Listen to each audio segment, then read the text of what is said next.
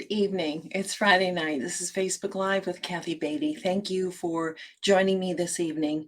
I love to step into your life for just a few moments every Friday night. I've been doing this for the past 4 years, wanting just to give you some encouragement, some tools, some help, some hope. And tonight is no exception. Let's begin with, of course, some announcements. First of all, ask questions. We want to have this as a conversation as much as possible. Would love that very much.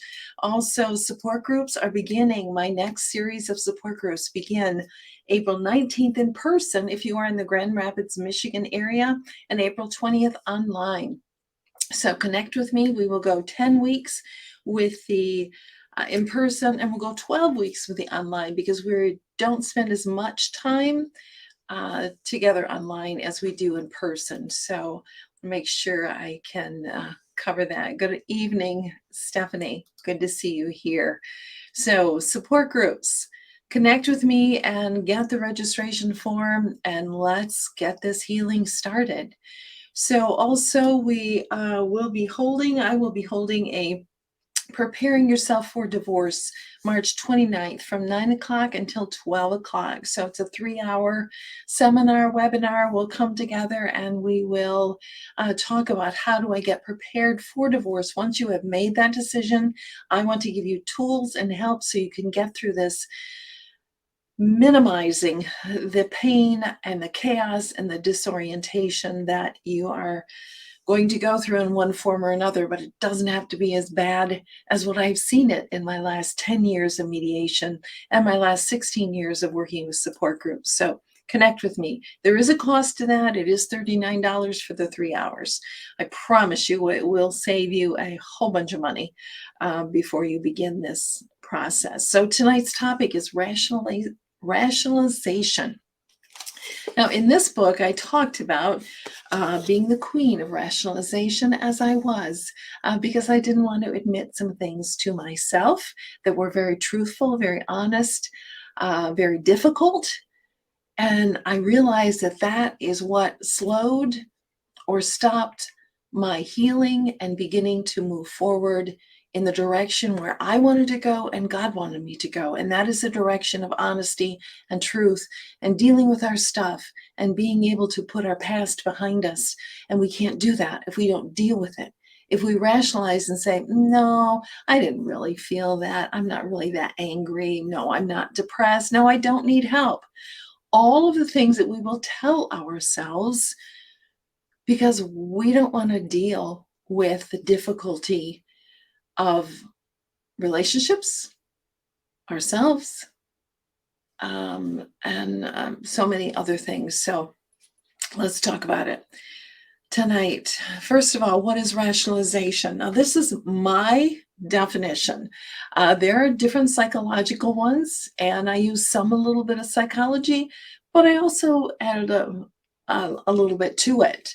As I have seen it over the past 16 years of working with individuals and support groups, coaching, and the last 10 in mediation, what is rationalization? It's using a warped logic for feelings, relationships, and actions to cover up and avoid a difficult truth. So we can fool ourselves so well. Goodness, we're good at that. But it's not helpful. We're putting off, we're delaying, dealing with things that must be dealt with. So all of us do it to some extent, but there comes a point to where we do it in divorce and in our relationships that hurts us from more moving forward and dealing with the truth. So that's what rationalization is. Why do we do it? Well, there are many reasons, and you could go into deep psychology, and we could talk about this for an hour, seriously, but we're not going to tonight. But there are some reasons that I wanted to share with you to help you understand why you are rationalizing, why you are denying facing the truth that you need to face to heal, to move forward, to end some relationships. Maybe this is dating relationships, or maybe this is you're continuing to rationalize about your marriage relationship. First of all, we want to protect ourselves from discomfort and the difficult. What's hard to face. We want to protect ourselves from it. So that's one reason. Another reason, very similar, we have this defense mechanism because we don't want to feel guilt and shame or face the hard truth. So there's another reason, but this is the real reason that I want to talk about tonight. It's the then what? Then what? We rationalize and don't face truths and things because we're not sure where to go or what to do with the truth when we face it. So if we were to identify, I am depressed, I can't do this alone. This relationship is wrong. He is a jerk. She is a jerk. All the things that we need to see, honestly, if we look at them honestly, if we articulate them honestly, then we have to ask the question, then what do I do? Then what do I do? And that's where many of us get stuck. And we realize it's much more easy just to rationalize, to get by, to appease other people than to face the difficult truth, because we don't know what to do if we were to be honest with ourselves. And that's a scary part. That is a scary part. And I want to help you through that, of course. But the question to get to that point is, how do we stop rationalizing? I did that so much in my marriage to survive. I had to tell myself some certain things to survive, because if I were to really look honestly at a failed marriage or a marriage that was in trouble, I know what to do with it. And it was much easier for me just to get by, just to appease, just to keep playing the game. But I suffered through that. And I think you suffered through that too. So how do we stop it? How do we start getting honest with ourselves? First of all, we have to believe the truth. The truth is always your friend, even the difficult ones. The truth is always your friend, even the difficult ones. If you are using coping skills that are unhealthy and you're just saying, I'm just doing this to get by, if you have some addictions, you're doing things that are hurting yourself and you're rationalizing, you need the truth. You need to deal with the truth. Truth can be hard. Truth can be difficult. We want the truth that is going to hurt us, but it is not going to harm us. And there's a real big difference between the two.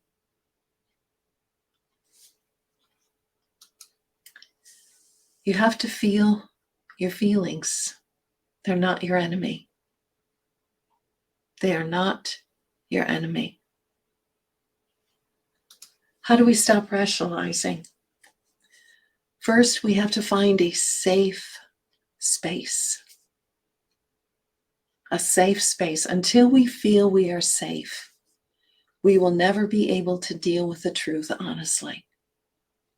That's huge, huge. Where's your safe place? Where's your safe space? Do you have one? If you don't, I've got support groups coming up. I do divorce coaching.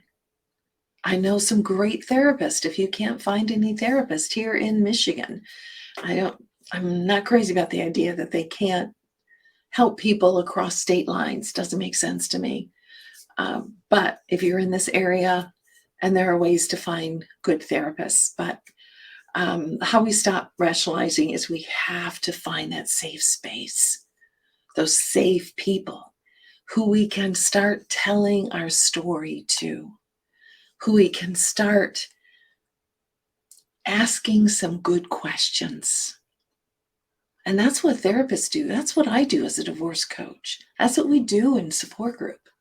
We ask some good questions that you don't even know that you need to be asked. That's how we stop rationalizing. We get a safe space, we get some good questions, we begin to work through and ask ourselves, what am I really feeling? Many of us came from families that weren't good at showing emotions, really good at showing anger, disappointment,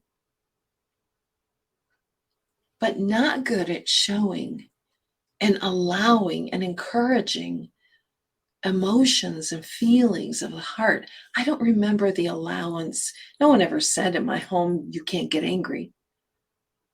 But I never felt that I could get angry. That was Dad's role. He got angry all the time.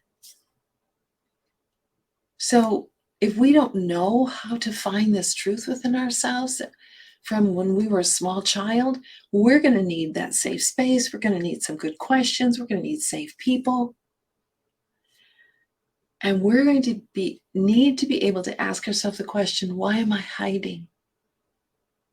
Why am I afraid to tell my true feelings, what my gut is telling me? Why am I denying this in my head? You see, it's so difficult for us to do this on our own because the only voice we hear is our own, the one that's in our head, and we don't question that. We just live it. We just become this reflex and we live it. We don't question it enough. We want to. Many times we just don't know how to. That's why we need that safe space. And Stephanie, one of the ladies on here today, she does some life coaching as well.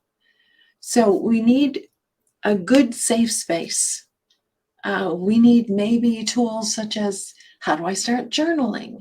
I know some people just kind of repulse when I say journaling, but it's really helpful to journal, to be able to. That's one way that we're processing. Our brain is processing. If you can't journal or you have this paranoia of journaling, start making lists. How am I feeling? And start trying to describe it in a list to help us learn to be honest with ourselves. To be honest. Remember, truth is always your friend to help you, even the difficult ones. Trust your gut, it's trying to tell you something. Your healing depends on how honest you can be with yourself, so that your anger doesn't turn into depression. Your depression doesn't turn into bad negative coping skills, escape of trying to go through drugs or alcohol or working too much or withdrawing and all of those things that can happen when we don't face our truth ourselves honestly. So your healing depends on how honest you can be with yourself. Are you stuck? Are you stuck? Are you not moving forward from the divorce? Are you not moving forward? Is it because you don't know how to face some difficult truth? And maybe, and I honestly believe this is so true for many of you, it's the, and then what? If I was to be honest with myself, I don't know where I'd go from there. That would just put me in a panic because I don't know what goes after my admitting the truth about what's going on in my life, what's going on in my actions, what's going on in my relationships. That's the scary part for us. But we have to, let me put this one up. Your healing depends on how honest you can be with yourself. You have to be able to acknowledge it, to articulate it, to put actions behind it. I love the scriptures. You know that if you've been with me for a while. I love how they relate so well to our heart. God knows us. He knows our heart. He knows our struggles. And He has the answer. He created us. He made us. He gets us. Surely, the psalmist tells us, surely you, referring to God, desire truth in the inner parts. You teach me wisdom in the inmost place. That's where God does His best work, where the Holy Spirit gets in and takes you by the hand or heart, says, I'm not afraid of your truth. I don't care how ugly it is. I don't care how ugly it is. Don't hide from me. God says, come to me. I want to give you peace. I want to help you look at this ugly truth right in the face so that we can begin healing from it. Surely you desire truth in the inner parts. Love does not delight in evil, but rejoices with the truth. And evil is what can replace and fill our hearts when we deny the truth. Because our enemy wants us to deny the truth. He wants us to be blinded, to be stumbling around life, defeated. But God doesn't.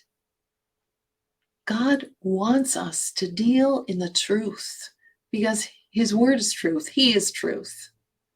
I'm the way, the truth, and the life, Jesus said. All of that is all in Him.